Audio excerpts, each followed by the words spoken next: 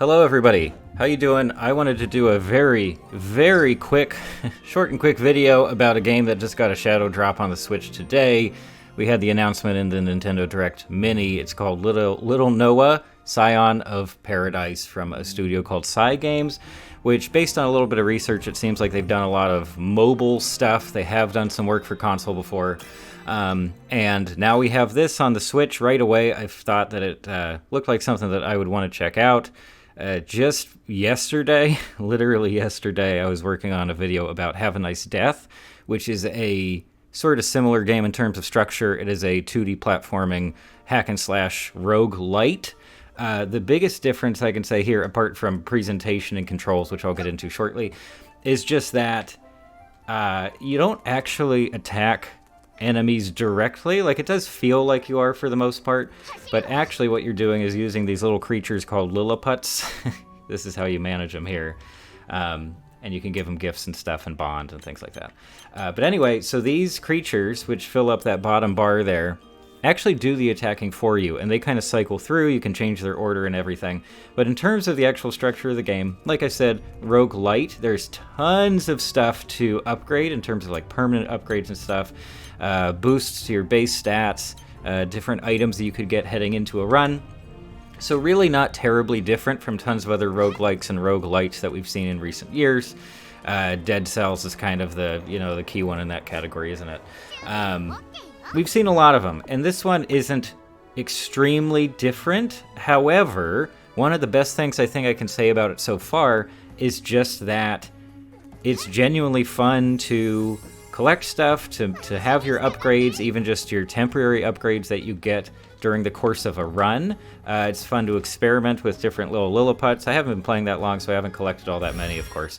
But it's genuinely fun, and yeah, it's not unique to this game. That feeling is present in plenty of other games, especially in the indie space.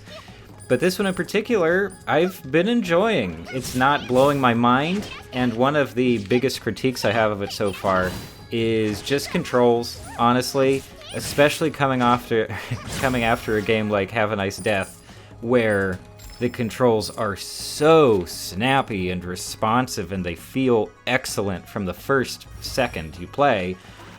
This does not feel like that. If it is indeed a mobile port, that would make sense. I think there tends to be a lot of issues with translating mobile inputs to console inputs. At least that's been my impression with some other mobile ports in the past. And yeah, like if that's your big thing with these types of games, that you just want to enjoy the movement, enjoy the combat, and that's the big draw, then you might not be super happy with this. It doesn't feel as laggy as that Getsu Fumiden game felt on launch on the Switch, which I also talked about in a separate video. It's not that bad. It's pretty darn good, and if you aren't too picky about like input and stuff like that, then it'll probably be okay. I haven't really minded it too much. I've been okay with it. It's just that, like I said, coming off of a game like Have a Nice Death or Dead Cells, of course, is the gold standard again.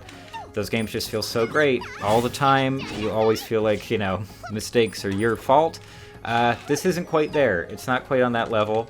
Not the biggest issue, but definitely something worth noting, especially because it's selling for $15. I don't think that price is especially high. I wouldn't say that it's too high, really, but if you're on the fence, maybe just wait for a sale. I could easily see this drop into like $10 US in a month, I don't know, a month or two. I'm kind of sad that it missed out on the current massive Switch sale that we've got going on. That would have been fine. Why not have like a launch sale or something? That is a little bit confusing to me. But I also don't feel like it was too much or like a bad purchase. Sometimes the accuracy can be weird because it's your little creatures attacking. But that's what I've got so far. I haven't even made it past the first world, really. But so far what's bringing me back is just the amount of stuff you can kind of change about upgrades. There's an accessory system which gives you boosts, and there are crystals which also give you temporary boosts during a run. Materials that get lost when you fail a run get converted to the currency used to buy the permanent upgrades. You always feel like you're making some kind of progress, and that's pretty great. Like,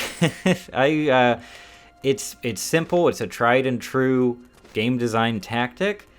But as far as I'm concerned, it works really well here. And I have been kind of impressed with it so far. Probably most important of all is to say that I've wanted to keep going back to it. I only got it a couple hours ago, and already I've been like, okay, I did a little bit of work. Maybe I'll hop back in and play some more.